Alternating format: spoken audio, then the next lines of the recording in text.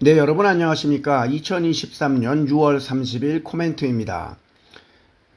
지금 장대 같은 장마비가 어제 오늘도 계속 내리는 싱가포르입니다. 장마는 한국인데 이상하게 여기가 많이 내리고 있습니다.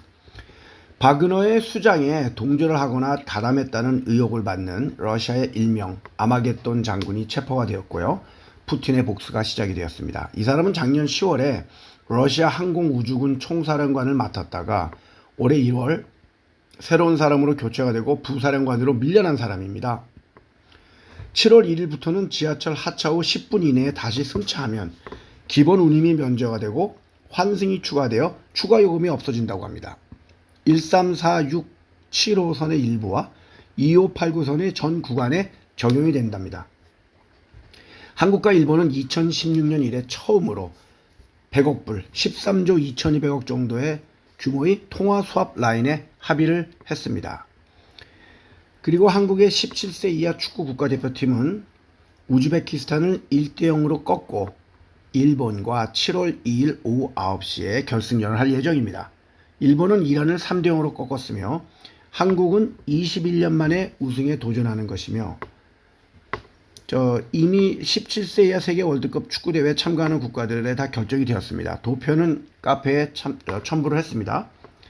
마드리드에서 개최된 방코 데 스파냐 4차 금융안정 컨퍼런스에 참여한 미국의 파월 의장은 인플레이션의 목표인 2%에 도달하는 과정은 아직 멀며 대부분의 연은 총재들은 2023년 말까지 2회 이상의 금리 인상을 예상하고 있다고 말을 했지만 그는 이미 이런 것을 여러 번 언급을 했죠. 그러다 보니까 시장에는 큰 영향을 미치지는 못했습니다. 그리고 오늘 오전 현재 유가는 배럴당 69.79불로 약간 오르고 있지만 제가 코멘트에서도 그랬고 누누이 썼지만 금이나 은과 같은 귀금속은 변수가 많기 때문에 개인이 투자하는 것을 추천하지 않는다고 해왔습니다만 금은 불과 얼마 전까지만 해도 언론에서 또 뭐 2,000불까지 간다 그러고 막 이렇게 호들갑을 떨었지 않습니까? 근데 오늘 오전 현재 온스당 1916.1불로 또 하락을 하고 있습니다. 이렇기 때문에 언론이라든지 이런 사람들의 기사를 믿고 함부로 투자를 하면 안 된다는 것을 잘 보여주고 있습니다. 또한 파월 의장의 금리 인상에 관한 이야기가 나오면서 2년 만기 국채는 4.86%로 오르고 있고 10년 만기 국채는 3.84%로 오르고 있습니다. 즉 가격은 하락하고 있는 것이죠. 독일의 규제당국은 세계 최대 가상화폐 거래소인 바이낸스의 가상화폐의 보관 업무, 커스터디라고 그러죠. 그걸 허가를 내주지 않기로 했습니다. 여러 가지로 가상화폐에 대한 안 좋은 뉴스들이 많이 나오고 있는 모습입니다.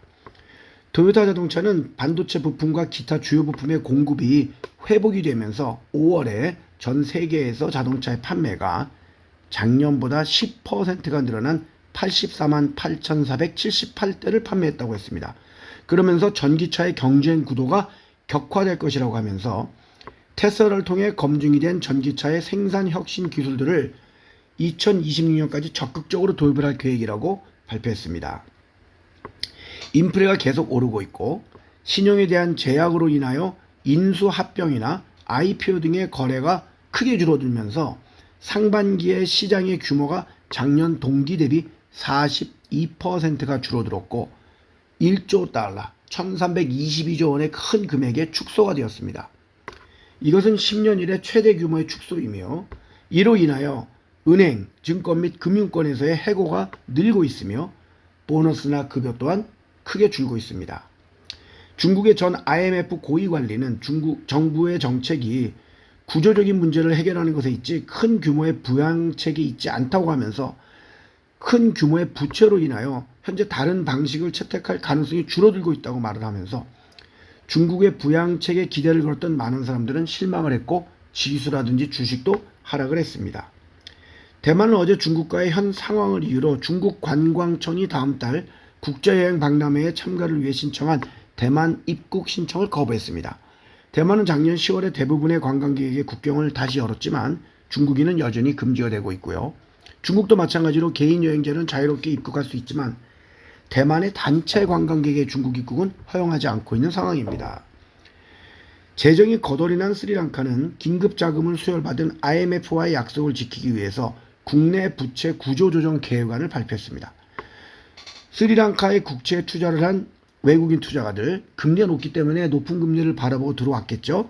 그들에게는 30%의 헤어컷을 부담하라고 했습니다. 즉 30% 손해보라는 얘기죠. 여기에는 스리랑카가 발행한 달러로 표시된 채권도 포함이 되었습니다.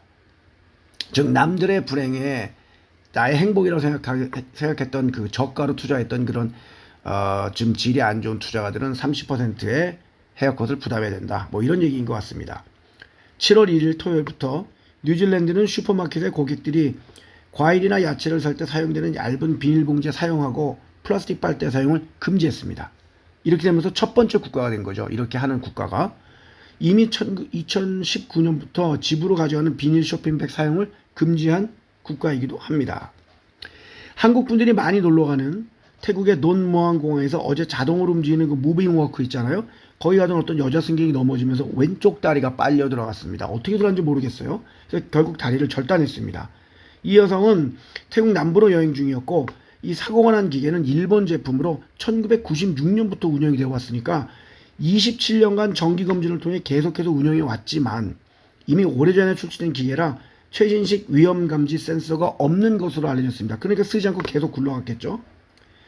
7월 23일에 선거를 할 캄보디아의 훈센 총리는 페이스북을 자주 이용을 합니다. 근데 그 페이스북이 선거관리위원회의 결정에 따라 그의 동영상 중에 하나를 삭제한다고 하자 앞으로는 페이스북에 글을 게시하는 것을 그만둔다고 했습니다.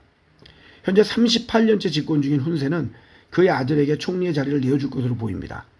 캄보디아는 집권 캄보디아 여당에 도전하는 입 후보의 등록을 거부한 채 7월에 선거를 치를 예정입니다. 중국은 시진핑 주석의 투쟁적인 외교정책의 입장을 확대하는 외교정책법을 통과시켰습니다.